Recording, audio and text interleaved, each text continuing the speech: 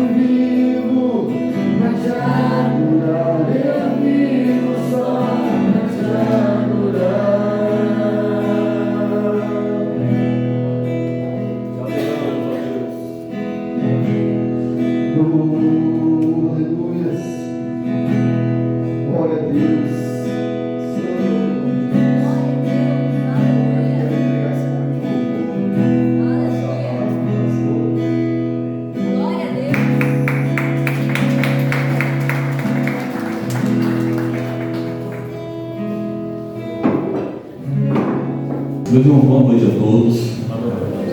Graça e paz do nosso Senhor e Salvador Jesus Cristo. Amém? Danilo e Ramon. Sua esposa, seu filho, sejam bem-vindos.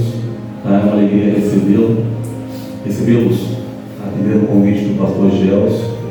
Que Deus possa abençoar a sua casa, a sua família, seus negócios, sua saúde.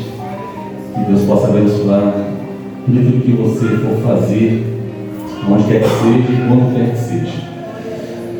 Meus irmãos, nós vamos ler a palavra de Deus em Mateus, capítulo de número 1. Evangelho de Jesus, escrito por Mateus, biografia de Jesus, escrito pelo seu apóstolo, discípulo apóstolo Mateus.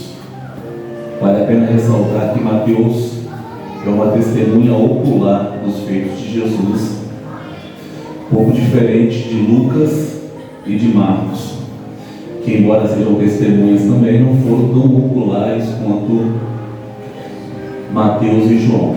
Mateus e João esteve com Jesus ali o tempo todo. Mas a Bíblia diz que toda a Escritura é inspirada por Deus. Inspiração é Deus soprar, sopro de Deus. Deus soprou no coração dessas pessoas que escreveram a palavra de Deus para que nós pudéssemos ler, para que nós pudéssemos aprender sobre o nosso Deus e caminharmos em direção aquilo que nos espera, que é a eternidade. Ela nos ajuda. Mateus capítulo de número 1 nos diz assim a palavra de Deus, a partir do verso 1. Livro da geração de Jesus Cristo, filho de Davi, filho de Abraão. Abraão gerou Isaac, Isaac gerou Jacó, Jacó gerou a Judá, e Judá e seus irmãos. Judá gerou de Tamar a Pérez e a Zerá. Pérez gerou a Esrom, e Esrom gerou Arão. Arão gerou a Aminadab, e a Aminadab gerou Naasson. Naasson gerou Salmão. Salmão de Raabe a Boaz. E Boaz gerou de Ruth Obed, e Obed a Jessé. E Jessé gerou ao rei Davi. E o rei Davi gerou a Salomão, da que foi mulher de Urias. Salomão gerou Roboão, e Roboão gerou Abias, Abias gerou a Asa. Asa gerou Josafá. Josafá gerou Jorão, e Jorão gerou Uzias. Uzias gerou Jotão. Jotão gerou Acaz, e Acaz gerou Ezequias. Ezequias gerou a Manassés, e Manassés gerou Amon. Amon gerou a Josias. Josias gerou Jeconias, e Jeconias e os seus irmãos na deportação para a Babilônia. E depois da deportação para a Babilônia, Jeconias gerou Salatiel. Salatiel gerou Zorobabel. Zorobabel gerou Abiúde, e Abiúde gerou Eliaquim. Eliaquim gerou a Azor. Azor gerou a Sadoc, e Sadoc gerou a Aquim, e Aquim gerou Eliúde. Eliúde gerou a Eleazar. Eleazar gerou a Matã. Matã gerou Jacó.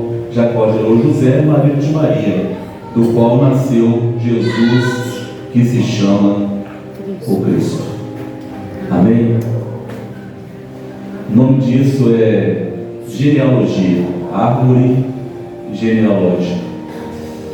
Aqui nessa leitura temos a descrição de 5 mulheres.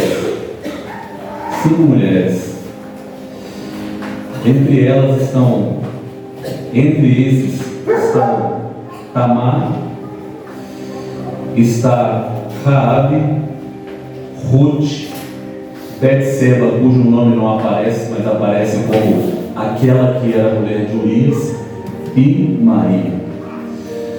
Tamar, a primeira citada, que gerou de um homem chamado Judá 2 filhos, a saber, gêmeos, Pérez e Zerá, tem uma história para nos contar, que na verdade Tamar deveria ter gerado filho de uma outra pessoa, de um outro homem chamado que era filho de Judá. Judá, na verdade, era genro de Tamar. Mas esse filho de Judá, seu primogênito chamado a Bíblia diz que ele era mau, fazia o que era mal perante os olhos do Senhor, e o Senhor o matou. O Senhor o matou, porque ele fazia o que era mal perante os olhos do Senhor. É mais ou menos assim: Deus está no céu e está lá vivendo a sua vida, fazendo tudo quanto é coisa de errado, e Deus olhou para ele e falou assim: olha, está na hora, tira do jogo. E o anjo da morte desceu, colheu, levou embora. Bom, Judá, pai de vendo Tamar, sua nora, ficar viúva, disse assim ao seu filho, seu segundo filho, chamado Onã: olha, você deve cumprir a lei do levirato. Essa é uma lei que funcionava mais ou menos assim. Levi significa irmão do meu marido, por isso levirato. Funcionava assim: quando o filho mais velho, primogênito, morria, o segundo filho depois dele deveria casar com a ex-mulher do falecido e dar filhos, mas não para que fosse considerado filho deles, mas sim do falecido. Só que a Bíblia diz em Gênesis 38 que Onã não se agradou dessa ideia. E Onã é o tipo de pessoas que faz o certo mais ou menos. que aceitou cumprir a lei do levirato, mas que não foi completo na sua atitude, pois, embora tivesse casado com Tamar, todas as vezes na hora do ato, ele jogava na terra.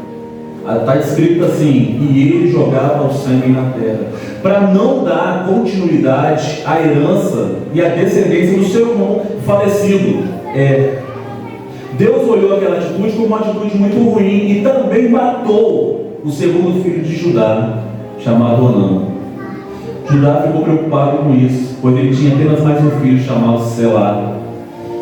Ele pensou: essa mulher já matou 2 filhos meus. Vou mudar de ideia, eu não vou cumprir a lei do levirato. Eu vou dizer para ela ir para a casa do pai dela e cumprir a viuvez dela lá, até que Selá esteja maior. Mas na verdade Judá não queria dar o seu filho. Deus explica isso. E Tamar, que é essa mulher citada aqui na genealogia de Jesus, vai para a casa do seu pai viver o seu luto e a sua viuvez. Até que o tempo passa e ela fica sabendo que o seu ex-genro vai subir a sua cidade, lá perto da casa dela. E ela teve uma ideia: tirou as vestes de luto e de viuvez e colocou uma veste mais sensual. E esperou o seu ex-sogro passar. Quando Judá chegou no lugar e viu aquela mulher muito atraente, ele disse: é aqui, eu vou parar. E ele parou porque a teve por prostituta, diz o texto. Parou para fazer um programa. Judá entrou, fez o que tinha que fazer, e por incrível que pareça, Tamar engravidou. Tempo passa, barriga cresce. Judá olha e diz: essa minha ex-nora se prostituiu. O que devemos fazer a essa? E a resposta foi: devemos matar essa mulher. E no dia da execução ela pegou 3 objetos que ela tinha conseguido como penhor com Judá lá no dia em que ele fez o que ele fez, que foi o seu anel, sinete, o seu cordão e o seu bastão. E quando chegou a hora da execução, Tamar disse assim: esses objetos aqui, este anel, este bastão e este cordão, pertencem ao pai dessa criança. Vai e diga a Judá.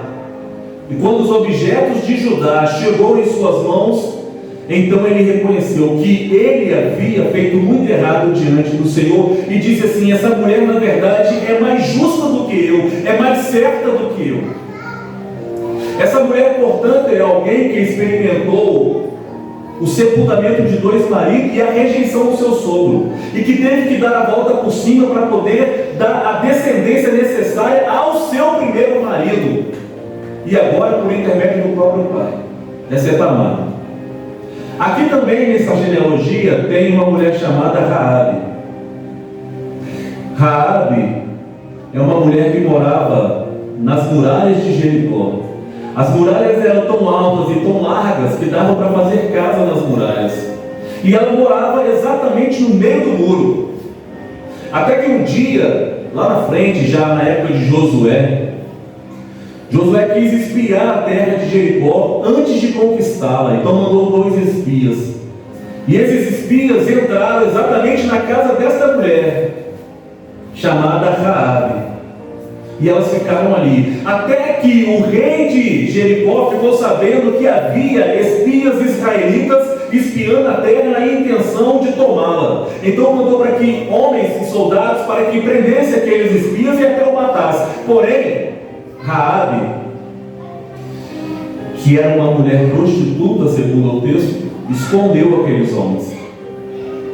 Escondeu aqueles homens para que eles não fossem mortos, melhor dizendo, para que eles não fossem mortos.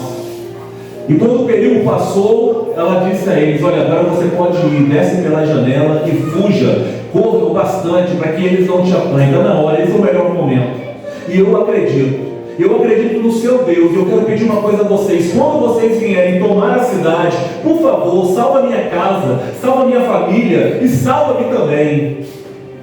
Os espias disseram: então tá bom, está feito o acordo, coloca um cordão vermelho na janela da tua casa, e a sua casa não será destruída. Isso no capítulo 2 do livro de Josué. Já no capítulo 6 é o ato da execução. É quando o exército israelita vai tomar a cidade. E a Bíblia faz questão de nos dizer e esclarecer que todas as muralhas foram atingidas e quebradas. Porém, a casa de Raabe estava em pé, assim como os espias disseram que ia acontecer. A casa que era um prostíbulo. A casa onde homens frequentavam para a prostituição. Essa é Raabe, está aqui na genealogia de Jesus. Não só Tamar, não só Raabe, temos também aqui na genealogia de Jesus uma mulher chamada Ruth. Ruth não é uma mulher israelita, não é uma mulher judia. Ruth é uma mulher moabita, descendente de Moab. Ruth é uma mulher idólatra, que adora a um Deus chamado Quemos. Quemos é um Deus que aceita sacrifício de criança, inclusive, pode matar quem ele aceita. Ruth é essa mulher que estava completamente longe dos planos de Deus, mas que por fidelidade a sua sogra abriu mão de tudo que tinha, abriu mão da sua vida e até da sua crença e até do seu Deus, dizendo a famosa frase que nós conhecemos: não iste comigo para que te deixes, Noemi, porque aonde tu fores, eu irei, e aonde tu pisares, eu pisarei, e aonde tu pousares, eu pousarei. O teu povo será o meu povo, o teu Deus será o teu Deus, e aonde tu fores sepultado, ali será a minha sepultura. E Deus me faça outro tanto, se assim não for, se eu te deixar antes de que a morte nos separe.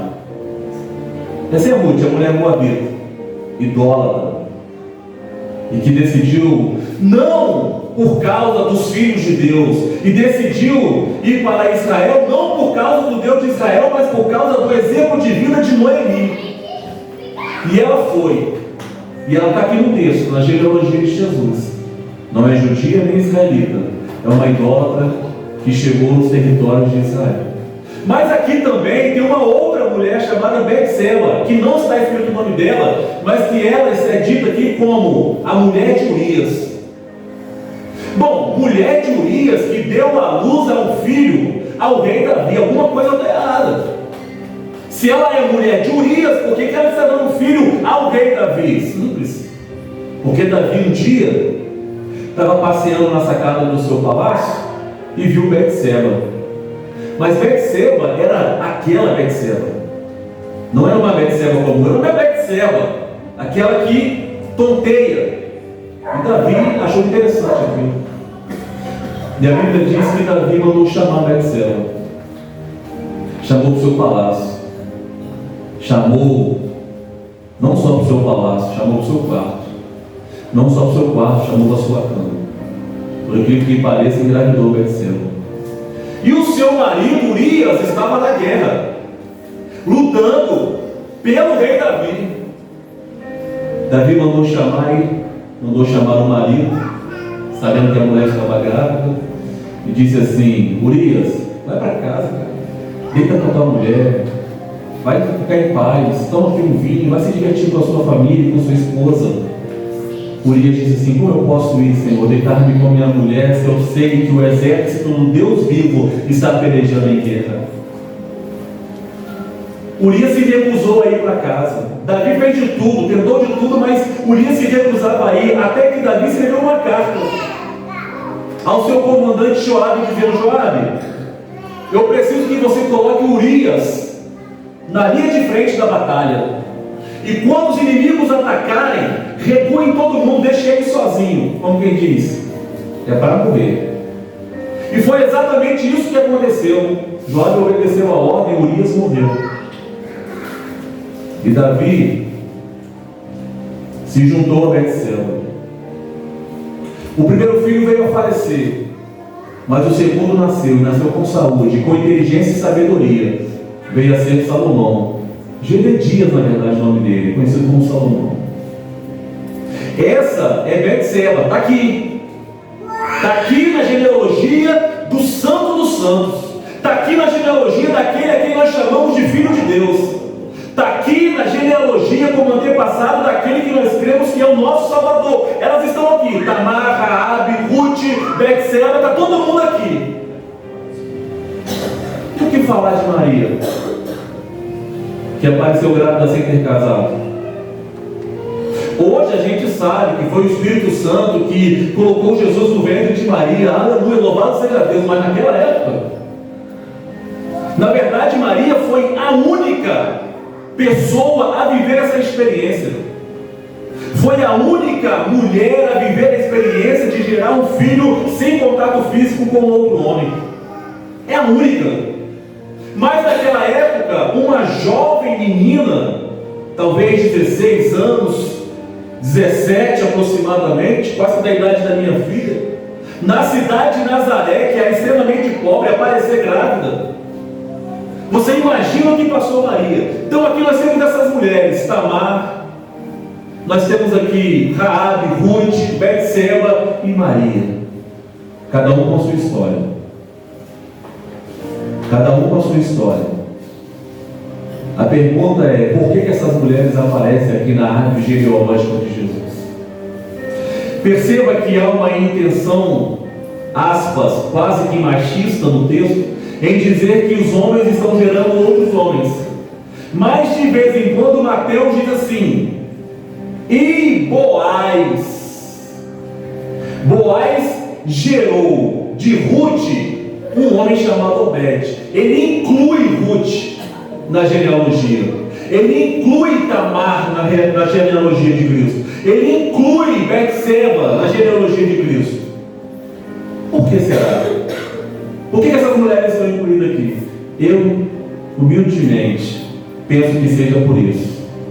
Para nos dizer que, independente de qual seja a nossa história, Deus nos quer na história dele. Porque aqui cada um tem uma história. Cada um tem um negócio para contar. Betseba, vítima de adultério, viúva do marido assassinado, sofreu, não sei se por força e violência ou se ela aceitou o negócio. Porque Davi era rei, era difícil negar a palavra do rei. Não sei se ela foi forçada. E até hoje nós estamos gritando, não é não. Não é não. Ela poderia ter dito não. Eu acredito, simplesmente pela fé, que se ela tivesse dito não, Deus teria honrado a fé dela. Uma crença pessoal. Mas vítima de um adultério seguido de assassinato do próprio marido. Tamar, uma mulher que foi rejeitada e viúva 2 vezes. Cada um com a sua história, mas independente de qual era a história dessas mulheres, elas estão na história de Deus. Independente de qual seja a minha história, de qual seja a sua história, Deus nos quer na história dele. Eu não sei qual é a sua história, mas eu sei que Deus quer você na história dele. Por isso elas estão aqui, Tamar, Raabe, Ruth, Betseba, estão inclusas na história de Deus. Assim como eu e você podemos estar inclusos na história de Deus. Em segundo lugar, esse texto está aqui para nos mostrar que Deus não vê como o homem vê. Deus não nos vê como nós nos vemos, porque o homem olha a aparência, mas Deus vê o coração. Para mim, olhar aqui e ver Raabe, a prostituta, não faz sentido, mas para Deus faz todo sentido. A gente olharia aqui e perguntaria, Ruth, quem é você na fila do pão? Deus responderia, é a dona da padaria, deixa ela entrar. Porque Deus não vê como a gente vê. A gente olha a aparência, a gente olha para o passado, mas Deus, quando escolhe alguém para fazer parte da sua história, Ele não está olhando o passado, Ele está olhando o futuro, e aquilo que essa pessoa vai fazer na história que Ele está construindo. Essas mulheres estão aqui para nos dizer que Deus não vê como a gente vê. Não escolhe como a gente escolhe, não percebe como a gente percebe, não faz como a gente faz e não fala como a gente fala. Louvado seja Deus pela vida de Mateus, apóstolo, que deixou aqui registrado que essas mulheres fazem parte da história de Deus. Bendito seja Deus pela vida de Mateus, que faz questão de registrar que Judá gerou Pérez de Tamar, a sua nora. Bendito seja Deus que nos faz compreender que Salomão gerou de Raabe a Boaz. Obrigado, Deus, pela vida de Mateus, que fez questão de deixar essas mulheres aqui, para nos mostrar que Deus não é como a gente. Porque possivelmente, se a gente fosse escolher alguém para fazer parte da história do Cristo, não seria essas mulheres. Não seria Raabe a prostituta, nem Ruth a moabita. Não seria Tamar, que se fez de prostituta para poder dar um filho ao sogro. Não seria Betseba, que aceitou o convite de Davi.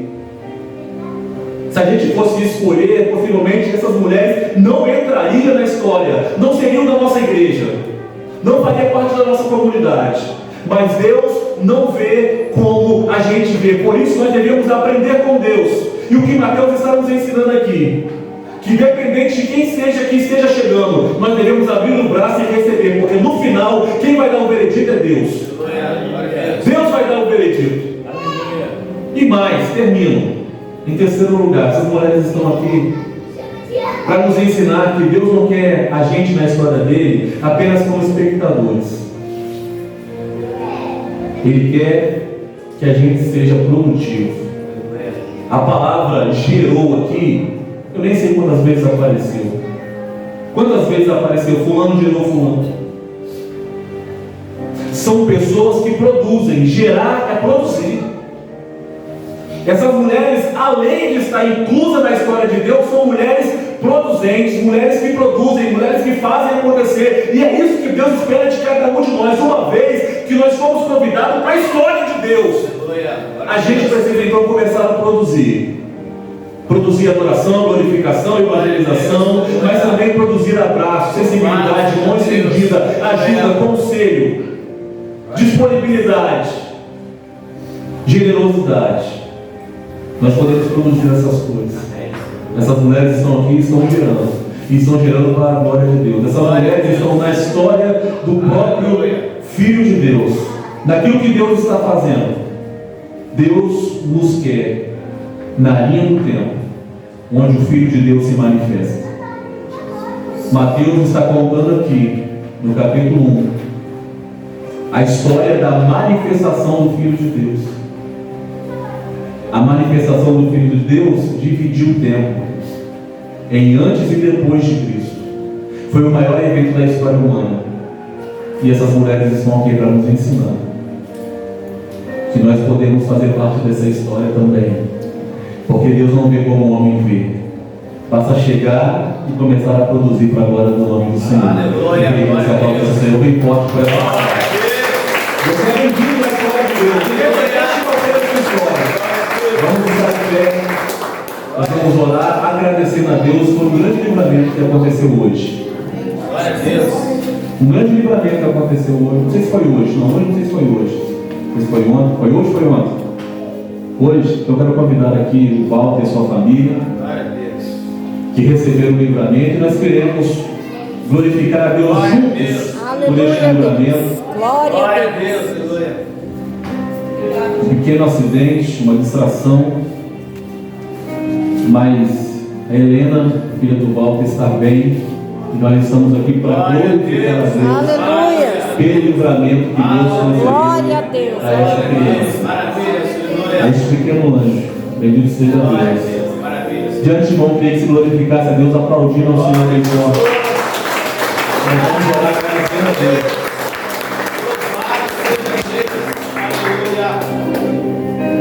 Maravilha, Deus. Deus, maravilha. Está dando a marquinha na testa ali, mas Walter deve estar bem, já fez os exames. Amém. Nós queremos dizer a Deus, muito obrigado. Glória a Deus.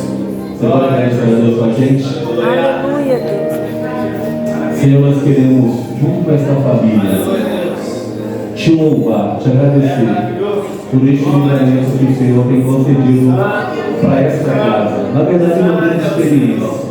Nós, juntamente com o seu povo, juntamente com a sua igreja, queremos glorificar o teu nome, queremos exaltar o teu nome e deixar evidente que foi a sua mão, ó Deus, que foi o seu poder, que foi a manifestação da tua graça que preservou e guardou a vida dessa criança, a vida da Helena. Nós te louvamos, Senhor, nós te bendizemos. Nós igreja do Senhor e a casa do teu filho, essa família está diante do teu altar para dar a honra, a glória e o louvor ao Senhor. Muito obrigado, Deus. Muito obrigado mesmo, de todo o nosso coração, por ter guardado, por ter livrado a vida da Helena, Senhor. E nós pedimos também que o Senhor continue abençoando, continue guardando, pois certamente daremos testemunho e louvor ao teu nome, por tudo que o Senhor tem feito a cada um de nós e por tudo que o Senhor ainda há de fazer. Nós te agradecemos e oramos, tributamos a ti a honra, a glória e o louvor, e fazemos em nome de Jesus, para a glória de Jesus e para a nossa alegria. Amém. Amém. Aplauda o Senhor mais uma vez. Obrigado por essa carta. Maravilha. Mais uma vez quero agradecer ao Danilo e ao Ramon, sua família, por ter vindo. Você que está nos visitando, você que já é daqui, Deus te abençoe. Segunda-feira que vem, se você puder e quiser, esteja aqui mais uma vez para adorar o nome do Senhor com a gente, amém? Amém. Senhor, nós te louvamos por essa noite. Obrigado pela vida de cada um, deste homem, desta mulher, dessa criança, deste jovem que está aqui, que vieram entregar a Ti o louvor, a honra, cultuar o Teu nome, entregar a Ti o que te pertence, dar a Deus o que é de Deus. E nós estamos alegres por isso. Obrigado por uma reunião tão importante como essa. Obrigado pela fé no nosso coração. Obrigado por ter nos sustentado até aqui. Obrigado pelo teto sobre a nossa cabeça, pelo alimento sobre a mesa, pela cama que recebe os nossos corpos, para a renovação diária. Nós te louvamos, ó Deus, pela proteção, pela guarda fiel dos teus anjos e por todos os livramentos. Nós te agradecemos porque o Senhor nos amou primeiro. Obrigado pela tua morte na cruz. Obrigado por ter ressuscitado e por ter nos convidado para essa vida. Vida de verdade, onde o Senhor está presente. Nós te agradecemos. Pedimos que a bênção do Senhor permaneça sobre todos nós durante essa semana. E dizemos em teu nome, Jesus, que o grande amor de Deus, a graça do Filho, as eternas e doces consolações do Espírito Santo permaneça e reine no coração de todos que aqui estão, não só hoje, mas até a volta do Senhor Jesus. Você diz amém. Está encerrado. Deus abençoe vocês.